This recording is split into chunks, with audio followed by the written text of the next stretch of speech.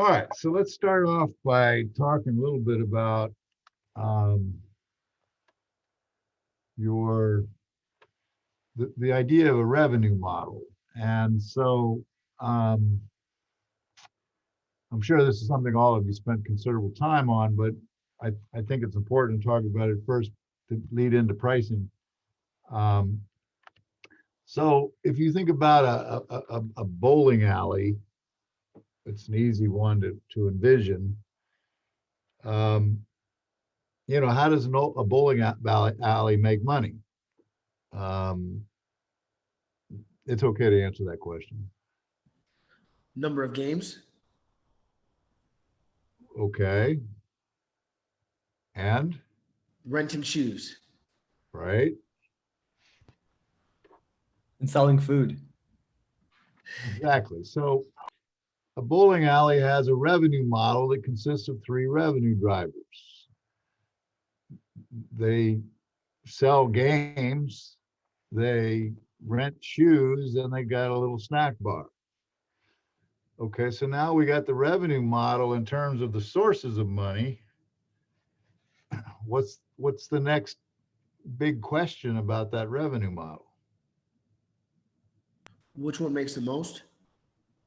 So what's the role of each in the overall revenue mix, right? So what would you guess for a bowling alley? Probably mostly comes from the food. Probably about 70 to 75% comes from the food or the snack bar, the drinks and food. What else is probably true?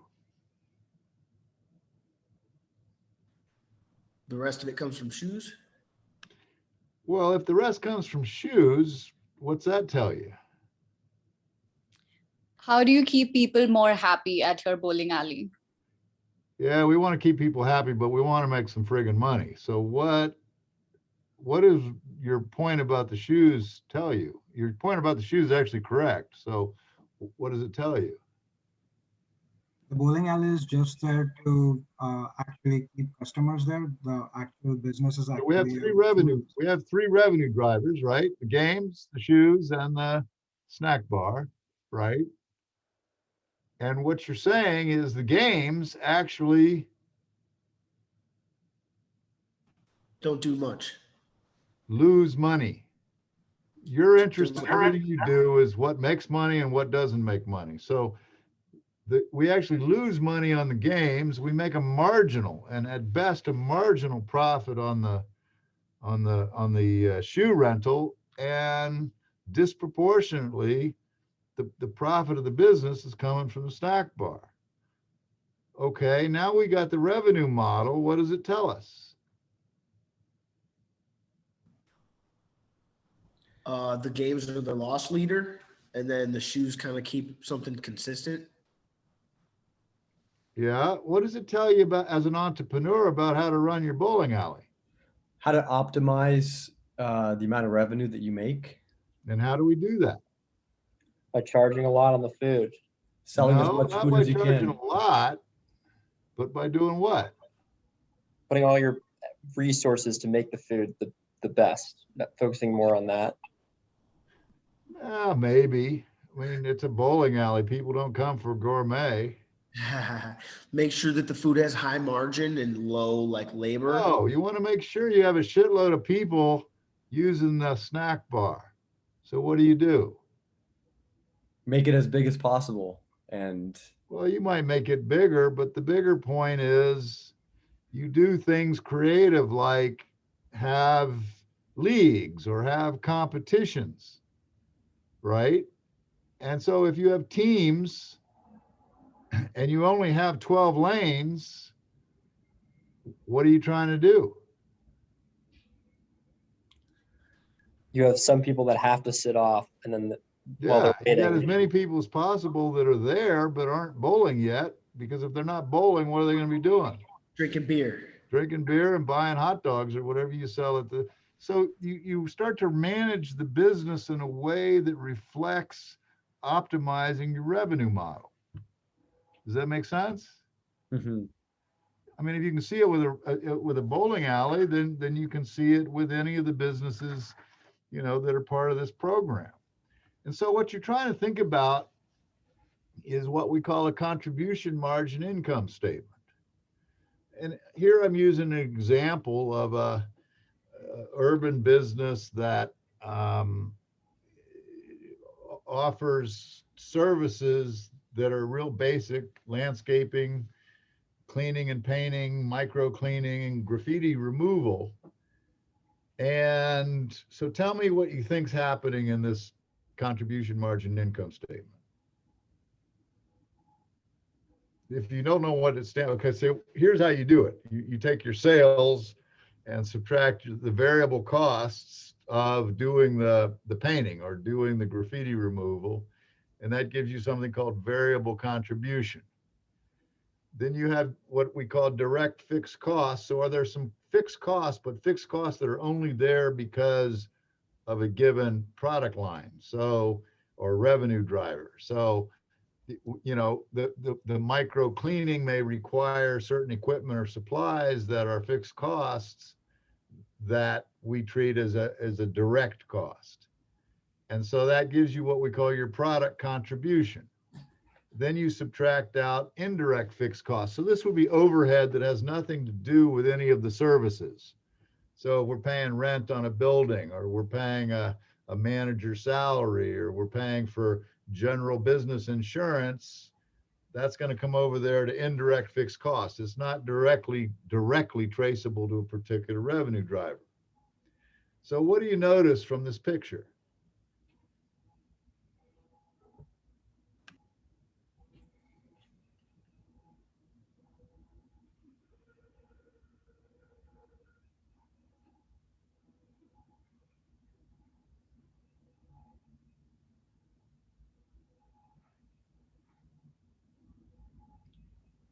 Micro cleaning's got great margins. Okay. So if you look down below, let's just look at the top line. You tell me the winner is, where are we making the most sales? Landscape, cleaning and painting. Cleaning and painting, right? Followed by landscaping and lawn maintenance. Okay, so that's where we sell the most. Then look at the product contribution. The clear winner is not cleaning and painting. The clear winner is Landscaping. the biggest contribution. So which of the products seems to pull the most of its own weight in terms of covering its own costs? The landscaping and maintenance, right? But then if you divide the product contribution by sales, so the 30,000 by the 100,000, or the 15,000 by the 120,000, what emerges? The micro cleaning? The biggest return on sales is from the micro cleaning. And so as your businesses evolve, one of the things that'll happen is you will be adding revenue drivers, sources of revenue.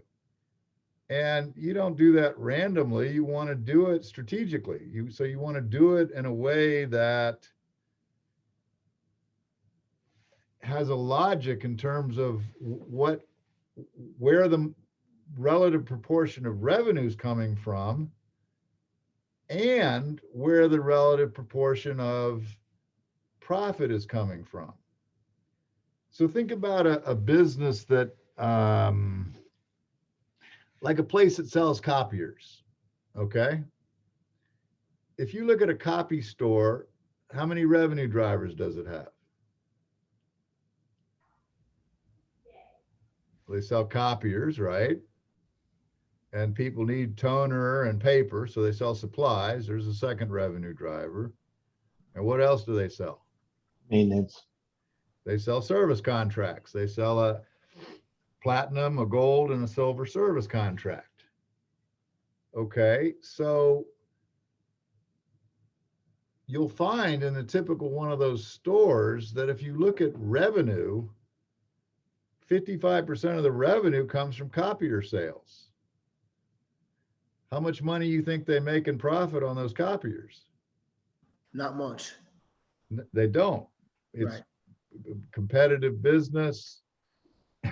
Customers look at copiers as a commodity, so the pressure on price is downward, margins are squeezed. 3/4 of their actual profitability comes from Service and labor hours. the service contracts, right?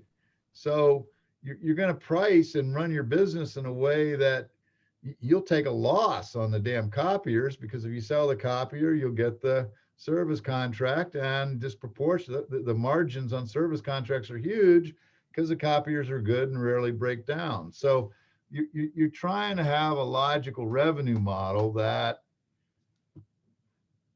has different sources of revenue. But think about a online business like eBay. What's their revenue model look like? Take a small margin on every sale. Okay, so if we take that part of it, they charge the seller or the buyer? The The seller. seller. They charge the seller. It's a straight percentage, and they get paid when a sale is made. A transaction happens on the auction site, right? Do they have any other revenue drivers? Advertising, maybe? Yeah, advertising. Okay. Advertising is a relatively small percentage of total revenue, and it almost always is with online businesses. But they have a clear model in terms of the percent of total revenue that is meant to come from the advertising, that's meant to come from the transaction fee that they charge, and so it goes. So let's take one of your businesses. If we take the Vardy, what's the revenue model?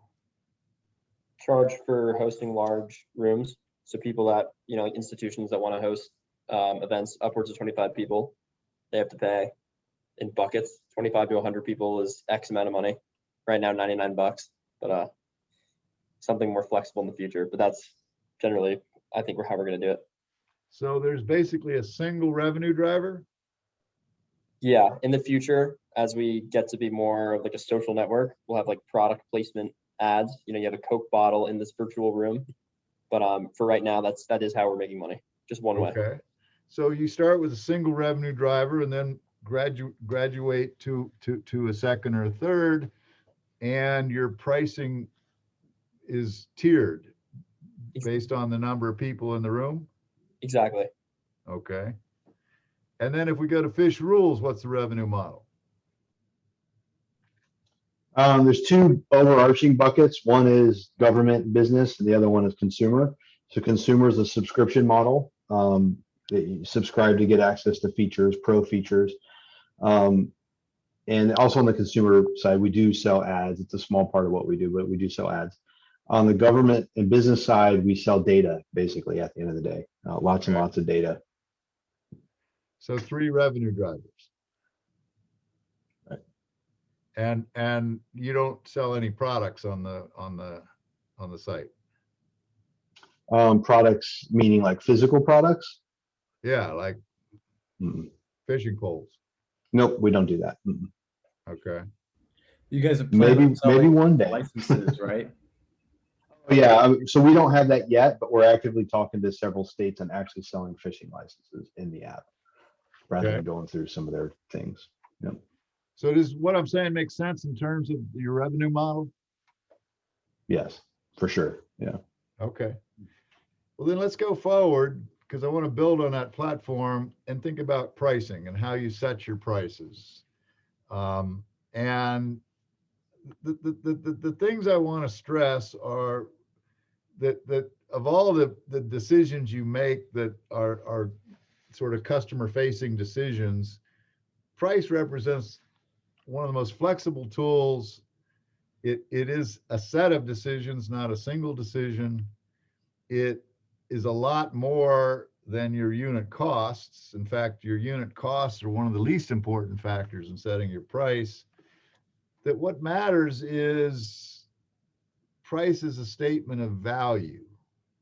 What does that mean? The way you price your product should be based on the value you're providing and not your costs. Not, that's exactly right. More to the point, what is a price? I'm not trying to get Zen-like here or esoteric, but what is a price? How much something is worth. If it is priced highly, it appears to be more valuable. Maybe, but price, it's a number, right? A price is a number. So when you set price, what are you effectively doing? You're putting a value on your You're product, putting a number on the value of your how product. much value a customer's getting. Okay, so if I go to Starbucks, I pay $4 for a cup of coffee. I can get a cup of coffee that might even be better at McDonald's or at the corner Speedway gas station for $1. Why do people pay $4 for a friggin' cup of coffee at Starbucks? They think they're getting a better cup of coffee. They, I have they, a sarcastic comment. well, it would be an inane comment because people pay the money, and that's not fantasy. That's real. People pay Yep. the money. Why do Yep. they pay the money? Perception, perceived value. Because they think they're getting $4 worth of value. Period. Yep. End of story. When you set your price, you've put a number on how much value your customer's getting. And that's how you need to see pricing. It's putting a number on the value a customer gets. And as I'm sure you understand, value's in the eye of the beholder, but you're managing and manipulating that value equation. So the key point from this whole conversation that I hope gets sparked when you go have a beer or do whatever you do after this and you start thinking about it is that price, unfortunately, in most firms is one of the more mundane decisions when it should be one of the most creative decisions. If you really want to understand the creativity around pricing, I mean, certainly you can think about the $4 cup of coffee at Starbucks, but think about going to a supermarket, right? And if you go to a supermarket and you go to the meat section, what will you encounter?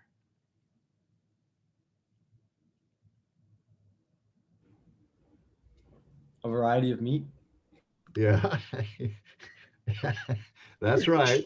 Lots of shades of red. I was waiting for some smart ass answer, but yeah. But think about it for a second, and then you'll really get pricing. If you go to that supermarket, do they have hamburger? Yeah. Yeah, and the hamburger is so much per pound or so much per ounce, right? Do they have ground round? Do they have T-bone? Do they have porterhouse steak? Do they have sirloin steak? Do they have prime rib? And what's true about every one of those meats? There's They all have a a different number assigned to them. And a dramatic difference in their price per unit, per ounce, or per pound, whatever, right? Where's all the meat come from? The same cow. The exact same cow. So it doesn't cost any more to produce the sirloin than it does to produce the hamburger. And yet the price is dramatically different, even though it's from the same cow. That's how you should think about price. So it's about looking much more creatively at what you're doing, not the way it's always been done in the past. So you know, there's a bar up in Chicago that charges for beer, but it's a stock market. So if everybody at between 8 and 9 is buying Heineken, price of Heineken goes up and the price of Budweiser goes down. if you decided at my bowling alley, we're going to charge by how many pens you knock down, nothing wrong with that. The point is, don't get constrained by the way pricing is historically done or the way people tell you you have to price. The biggest mistake for a lot of entrepreneurs is, and your businesses are interesting because they tend to be web-based. And if they tend to be web-based, what does that mean in terms of your costs? Costs are low. I don't know. You can spend a shitload of money on development. Costs are fixed irrespective of how many you sell. That's exactly right. Your costs are disproportionately fixed. Your variable cost to have one more fisherman on fish rules, your variable cost is nominal. It's just like eBay. The cost of one more transaction doesn't cost eBay anything other than if there's a PayPal fee or something. So the cost structure is disproportionately fixed for many of your businesses and will remain that way. Many entrepreneurs, though, are preoccupied with their unit costs when they set their prices. And so they use what's called cost plus pricing, which is, let me figure out my cost per unit, let me add a margin or a markup, and there's what I'm going to charge. The problem with that is, first of all, it's like putting handcuffs on. It takes all the flexibility and creativity out of pricing. But the other problem is it's arbitrary. If we take any of these, if we take Arch Slate, if we take a Vardy, and I asked you, what's your cost per unit? What's the problem you'd have telling me the answer?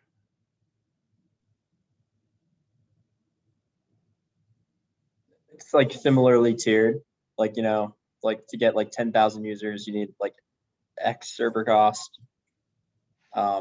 It also depends on how much they use it. There's so many variables at play, but it's also just so low, at least for mine. Yeah, well, your variable costs are low. And so you could figure out your variable cost per user pretty easily. The problem is, yeah, but if it's cost per unit, how do I spread my fixed costs across the units? That's an arbitrary process and depends on how many units or users you have at a given point in time. So it's just an arbitrary kind of approach. And so the point of all this is, don't try to price based on costs. Costs tell you what you have to charge to break even, but that's all they tell you. And so if you're not using cost-based pricing, you're using what we call value-based pricing, which raises the question, where does value come from? Well, value has two sources. The first source is the one you know better, which is called value in exchange. Value in exchange, so what is, if there's a hurricane comes through Florida, and I'm selling generators off the back of the truck, what can I charge for my generators?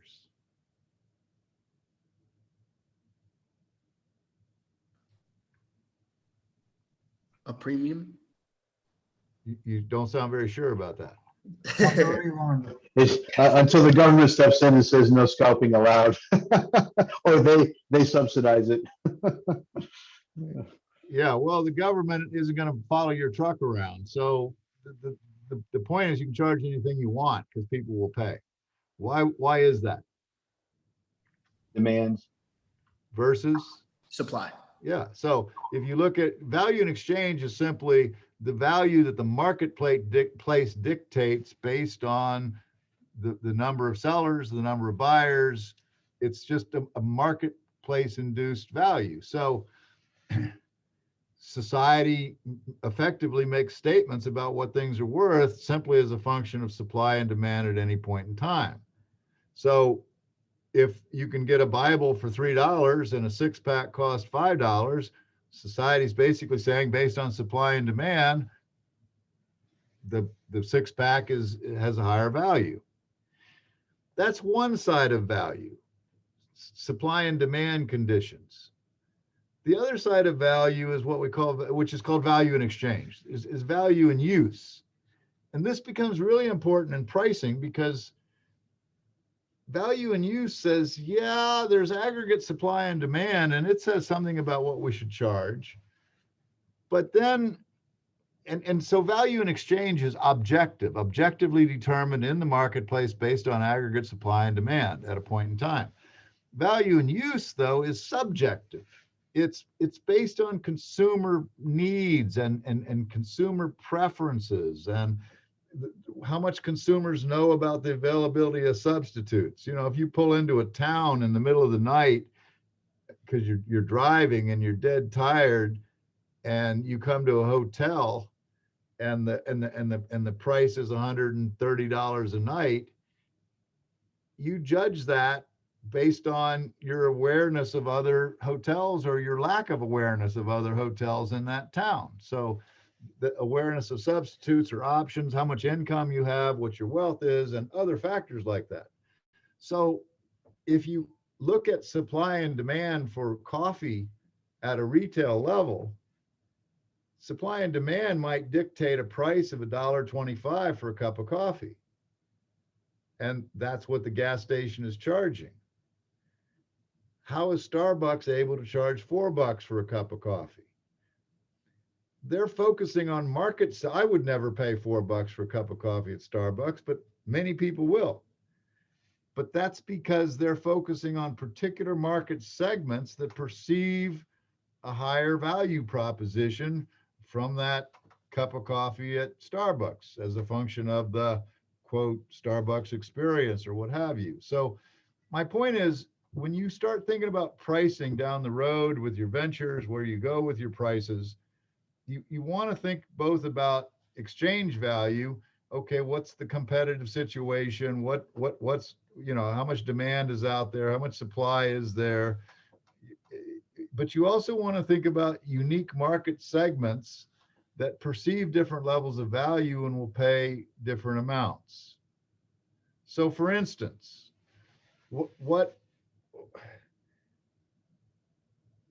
why do airlines, they do it less now, but they used to all do this all the time.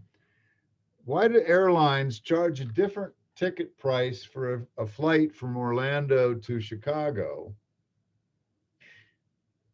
depending on whether you will or won't stay on a Saturday night?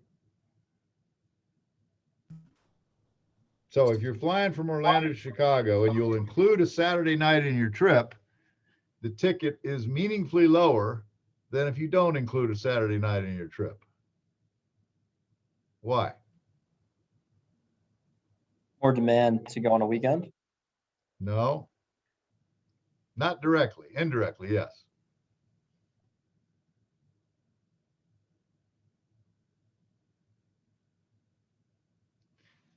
I call up the airline. I want to fly from Orlando to Chicago. They quote a price of $700. I say, you sure about that? Yeah, $700. You sure about that? Nothing cheaper than $700. Well, if you stay a Saturday night, it's a little cheap. Well, it's $400. Why would they do that? Capacity on the airplanes? No. It's a good guess, but no. Maybe they have a tie-up with another hotel. That's a very good guess, but again, no. Maybe they assume that if you're flying in somewhere just for the day, that you can afford to spend more money. You're getting close. You guys are entrepreneurs. You need to look at the market in terms of market segments. What are the two key market segments in the travel industry? Business and tourism. People flying for personal or pleasure reasons and people flying on business. Are those two market segments equally price sensitive? Very No. different. How are they different?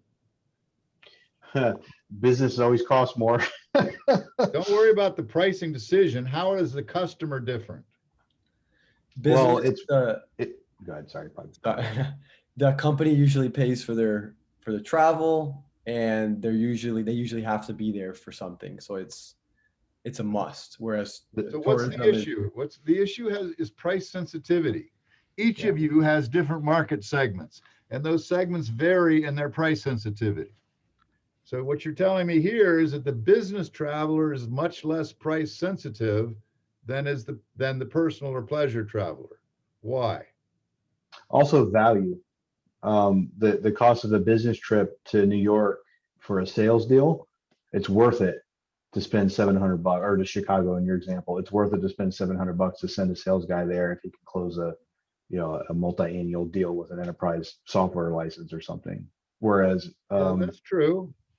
But if you were traveling to come see me and the University of Florida was paying for your trip versus you're paying out of your own pocket, in which case you're going to be more price sensitive. if you're paying out of your pocket. Yeah, when there's not a third party payer, your employer or a company. So business travelers are much less price sensitive than our consumer travelers. So how will you make the most money if you're an airline? You'll charge business travelers more and you'll charge personal travelers less. But the problem with that is implementation. How do you do it in a way that doesn't piss customers off? How do you do it? Find some variable that correlates, such as like the Saturday thing. Saturday night. Why is Saturday night the key? I would think it would be the opposite, wouldn't it? Like, wouldn't more tourists want to go on the weekends? That's right. Who pays more for the Saturday night? Who pays for not including a Saturday? Okay. Businesses, yeah. The businesses. Why? Their work week is on the. They want. I'm traveling on a business. I want to be home Friday night. I'm not going to hang out in Chicago just to save my company $200. But if it was me traveling to see my sister and I could save $200, I wasn't going to include Saturday, but I think I will. So you're pricing in ways that reflect value and use, not just value and exchange. So I need to move on here, but when I said pricing is a whole bunch of decisions, not just a single decision, there are as many as 5 key decisions when you set your prices. What's the objective of my pricing? Price objective is the question, what am I using the price of my product to accomplish? So do you know BIC, B-I-C, BIC pens? Yeah, Yes. And do you know Mont Blanc pens? right. Yep. Okay, what does BIC charge for a pen? Like 99 cents for a 5-pack. Yeah, so it's about 20 cents a pen. What does Mont Blanc charge for a pen? Like $5,000 for a pen. Well, it goes that high, but $300, $500 for a pen. Both of them are making money, aren't they? Yep. So what's the difference there? One has high margin and one has high volume. Okay, so that's a key issue that you're playing with, the volume margin trade-off. Most of your businesses are probably low margin, high volume kind of businesses, or at least they need to be. So that's an issue, but the related issue is your price objective. Clearly, Mont Blanc is trying to project a certain image with its price. That's their price objective, convey a premium image. And clearly, BIC is trying to convey a certain image with its pricing. This is a functional, usable, value for the money pen. So what's the price objective? What's the price strategy? How are you going to structure your prices, like tiers? What's the actual level you're charging, and are you using any price tactics? So that's the first thing, is there's these 5 key decision areas in pricing. The second issue is, what are the considerations that go into setting price? Well, you can see on the outside of the box here, there are 5 factors: cost, competition, customer demand, and value perception. your overall marketing strategy, like how are we trying to position Brain Force, how are we trying to position Arch Slate, and legal issues. And for the most part, you're not going to encounter much in the way of legal issues. Legal issues would be things like what you were telling me with regard to the guy who's scalping the taking advantage of the dire situation of a hurricane and charging, you know, some crazy fee for his generators. The main legal issues is whether your pricing tactics discourage competition, undermine competition. So the other four are the key factors. The least important is cost. It tells you what you have to charge to break even. The most important is demand or value, customer value perceptions. What is the customer price sensitivity? How do different market segments vary? So that's the overall picture. And I think it's a powerful model for thinking about your pricing, because in one picture, you capture all the considerations, you capture the decisions. So let me quickly touch on the decisions. Price objectives. So let me start with this. If I'm setting price to begin with, I draw a little graphic like what you see in this slide. So I'm trying to figure out what my base price should be. What should I charge? So I lay out a range of what would be an extremely low price for this kind of product, what would be an extremely high price for this kind of product. And so in the example I've given you here, 75 would be super cheap, 180 would be quite high.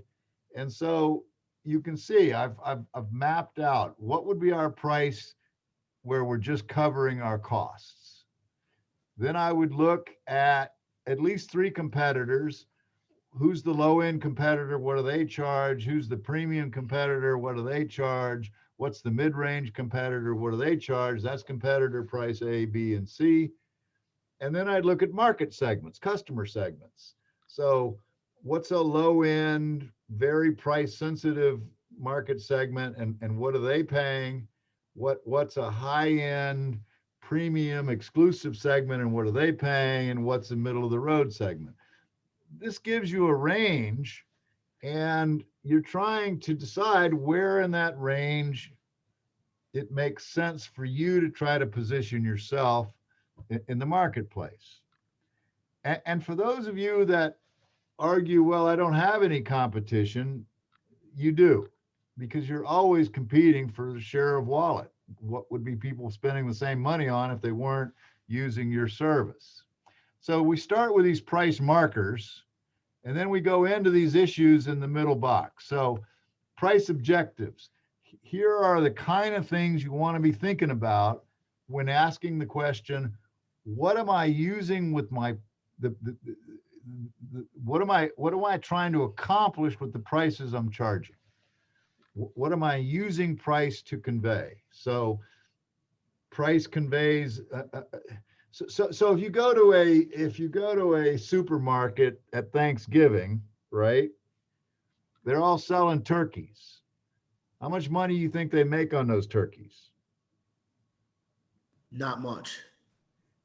Not much, and in fact, they may lose money on the turkey. Why would a supermarket price a turkey below cost? Because they know that they're going to come in and sell all the fixings on the sides to make Exactly. If they buy the turkey from me, they'll buy the dressing and the pie and the cranberry sauce and all the other stuff, and I make money on all those other things. Well, then your price objective when pricing the turkey is to use the turkey to encourage sales of other things in my product mix. Okay, so these would be examples of price objectives. Convey a certain image or quality level, create high visibility early on when you're first entering the market, discourage market entry by pricing lower.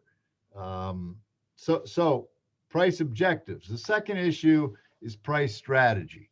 This is the question where you want to be on this continuum. So premium pricing is charging a price. All prices are perceived. You need to start from that a predicate that a price is a perceived thing. So at Notre Dame, our annual tuition is over $50,000. Is that high?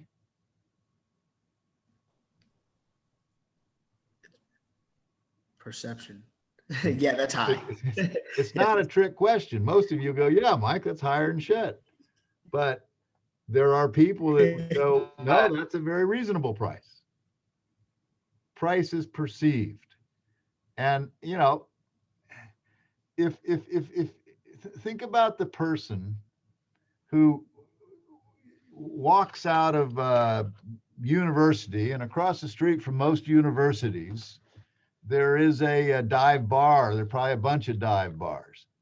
The person who walks out of a university walks into a dive bar at the end of the day, sits, you know, so this is some college dive pub with sticky floors and dark, and, you know, sits down in the bar, orders up a 12-ounce glass of Budweiser, and the bartender says, buddy, that'll be $1.80.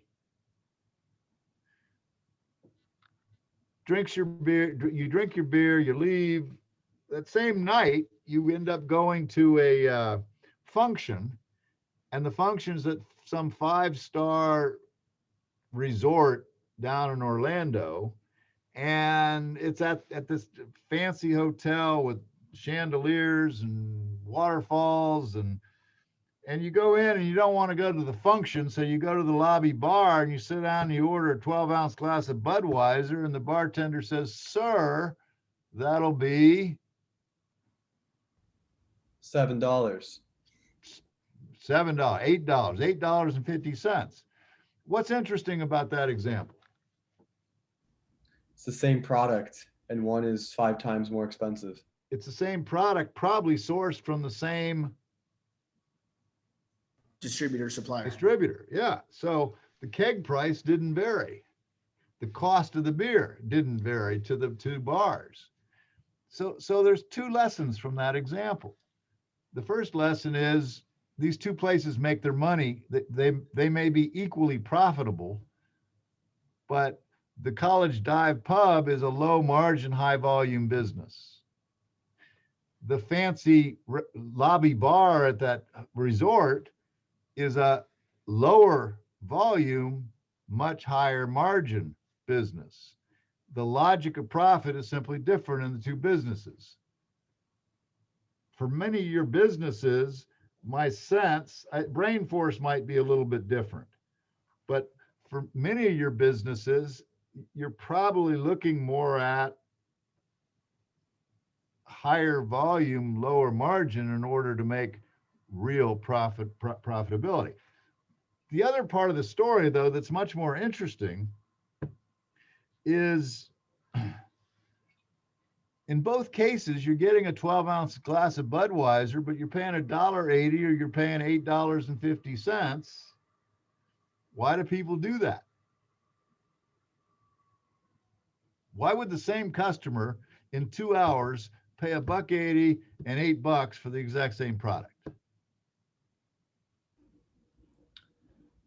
Supply and demand. No, Kind of understood pricing. it's perceptual. It's the perceived value. It's what I perceive, what I expect. So what happens when somebody goes out to buy something?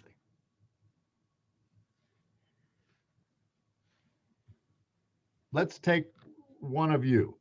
Let's take Justice. You still there? Oh yeah, I'm still here. I can't see the faces right now because of my computer, but Justice is in Chicago on a business trip, and he's got an interview of a lifetime in the next morning. And he gets to Chicago tonight. The meeting's at 8 tomorrow morning. He's got a suit jacket on. And he goes out, he meets some old buddies in Chicago, and they go out and have a bunch of beers, and he tears the inseam on his jacket, and it's the only jacket he's got. he's got to go to this critically important interview at 8 the next morning. And he's in a spot because the jacket he's got is now got a tear in it, right? But he's an entrepreneurial guy. So he goes, I'll get some needle and thread and I'll sew this thing myself and it'll look fine. So he goes to the store, the 24-hour CVS, and he buys a little a Sewing kit. packet of sewing needles. Justice, what would you expect to pay for that packet of sewing needles? $4.99. $4.99. Now, what are the rest of you all? What just happened? What did you just see happen? He's expecting to pay a lot more than I would for a box of sewing needles. Okay, good. That's good. What else? He's willing to pay a lot more because he needs it. I don't know. I think there's probably somebody there with you guys that would pay more than he'd pay. Got to go to the meeting, got to sew the jacket, got no choice. No, what's amazing about what just happened is he gave me a price. Because I'm betting, and I could be wrong here, I'm betting Justice has never bought sewing needles in his life. Is that true? No, I did one time. Luckily, I found a Dollar Tree. It was for a really go. crucial interview. The reality is, if he had never bought sewing needles, he still would have given me a price. And my suspicion is it's been a long time since he bought sewing needles, because the price he would have paid would have been nowhere near the price he gave me. What is interesting about that? It applies to all your customers. What's interesting about it? They all have some kind of number in their mind. They all have some kind of number in their mind. Excellent. That's called the customer's reference price. Even for things they have no experience with and they've never bought before, like fish rules, the customer has a reference price in mind when they come to buy your product or service. And the price they encounter may be quite different than their reference price. And that's when it gets interesting. The question is, how do they adjust their reference price up or down or choose not to buy? So price is perceived and different market segments perceive price differently of a given product or service. So premium pricing is charging a price perceived to be high relative to what I think it normally would cost or ought to cost or what I think it's worth. Penetration pricing is charging a price perceived to be low relative to my experience, my sense of what it ought to cost, my sense of what competitors charge. And parity pricing is charging at or near people's expectations. So if you went out and Pablo, you there? Yeah. Yeah, Pablo, you go out on a date and you go to a movie, and after the movie, you decide to walk into this ice cream store and buy your date an ice cream cone. What would you expect to pay for a single dip of chocolate chip? Maybe $3.50. Okay. So we now know his reference price. If he walks in that store and the price for a single dip of chocolate chip is $7.50, that would be Premium pricing. right. And if he walks in and it's $1.25 for a single scoop of chocolate chip, that would be penetration pricing. And if the price is in a bound, low and high boundary around the $3.50 price, that's parity pricing. So that's the strategy question. Where do you want to be on this continuum? And I've given you 6 factors to consider in whether you move more to the high end, the low end, or towards the middle of this range. The second issue, and this is where you really can get quite innovative, is how do you want to vary your prices by aspect of the product or service type of customer, and time of form of payment. So for instance, some of you have pricing tiers. So based on usage rate or based on some other factor, you know, it's like if you sold you had a online service that basically was free, but you didn't get much at the free level. But if you upgrade, like with LinkedIn or anybody else, you know, you get more services. And then if you upgrade yet again, you get, you know, the holy grail of services. Well, that's the price structure. How you want to, so how does a gymnasium charge? Monthly. There's a monthly flat fee of say $150 or whatever it is, right? Think about what you could do with the price structure. Could you sell somebody a membership just to use the free weights or just to use the pool? You could. That's playing with the price structure. Could you vary your prices such that, well, you know, the place is packed at night, the place is packed at early in the morning, the place is packed at lunchtime, but the place is pretty empty from 2 to 5, and yet all my fixed costs are still the same. Could I sell a cheaper membership if you only come on weekdays between 1 and 5? That's playing with the price structure. So here are a bunch of examples of creatively manipulating price, usually to reflect different market segments. But, you know, when you bundle or you unbundle, you're playing with the price structure. When you say have a low base price, but then sell add-ons, if you price differently at low versus, you know, if you go to Daytona Beach, what's it cost to rent a car in February and March at a car rental place?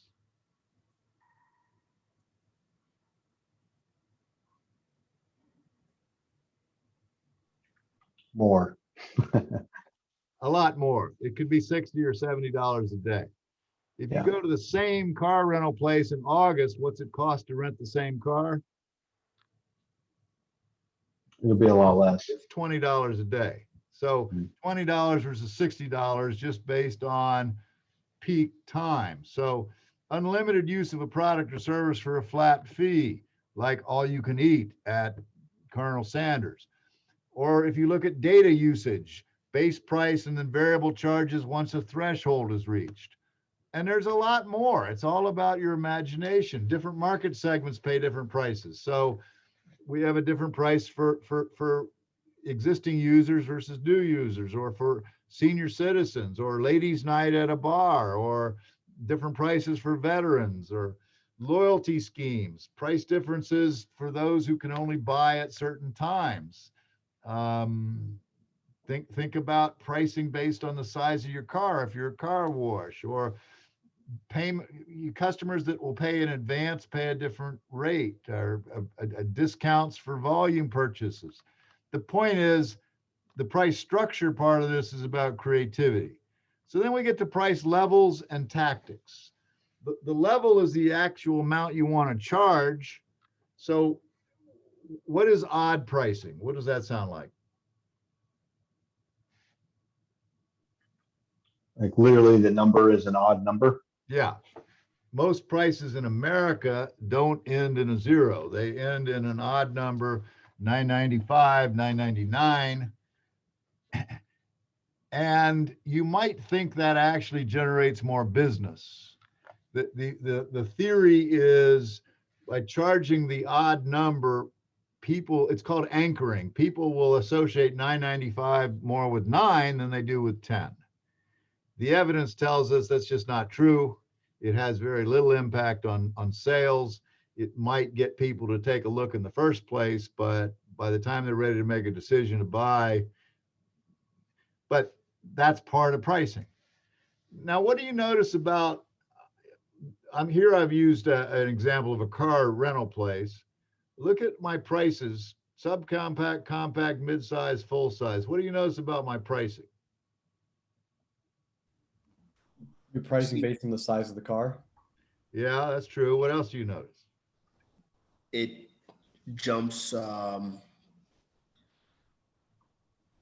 of consistently, like $4, then $7, then The $9. gap gets bigger as you go up the product line.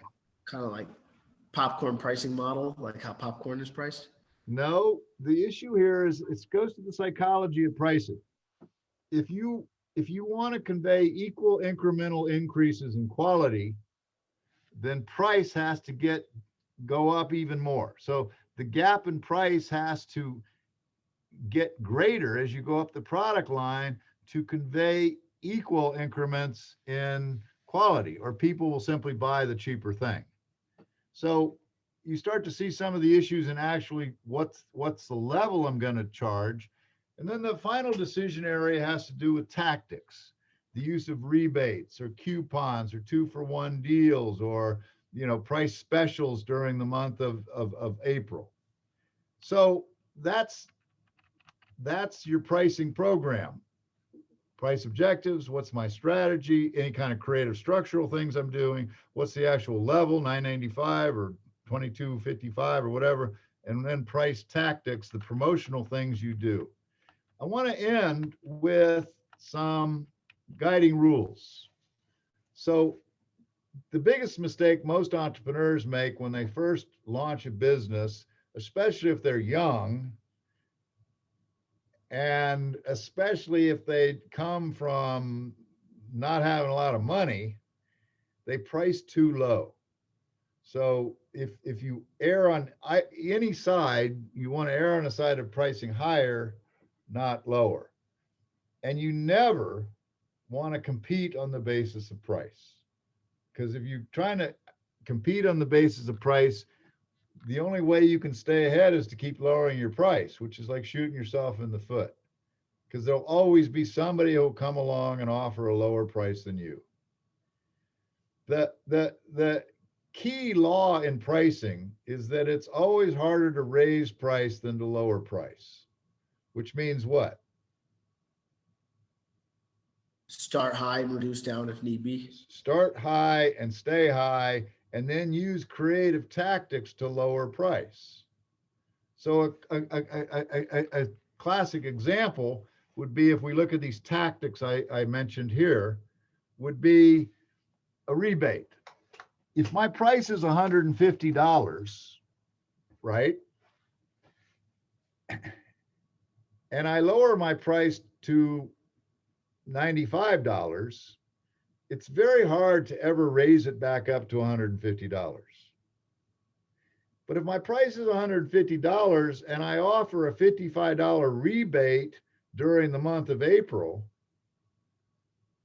what's the beauty of that? People don't expect that price to stay there forever. And what happens on May 1st? Price goes back up. My price is back to $150, but I didn't have to raise it. It was always $150. I used the rebate or the coupon or the 2-for-1. I used some tactic, promotional tactic, to temporarily lower it. You always want to, it's easier for Starbucks to charge $4 and give a $75 coupon, but keep the price at $4 than to lower price to $3.20. So find ways to lower price without actually lowering price. A huge issue is not all customers should be necessarily paying the same thing for your product. Next time you're on an airplane, I challenge you to do something. Ask the 5 people sitting closest to you, what did you pay to be on this plane today? What do you know you're going to get? 5 different answers. Yep. 5 different prices, probably lower than the one you paid. But the point is, nobody's complaining. No fisticuffs are breaking out. The airline charged each customer a different price. Effectively, each customer felt they were getting that much value. So segment the market and recognize there are different market segments that have different price sensitivities. And if you manage it cleverly and creatively, a car rental place is a classic example. A university is an even better example. They've got tuition rate quoted, but through scholarships, students pay all kinds of different prices. And at the end of the day, people buy value. Price signals the value they're getting. Another reason to err on the high side, not the low side. Anyway, that's what I got. What kind of questions you guys got?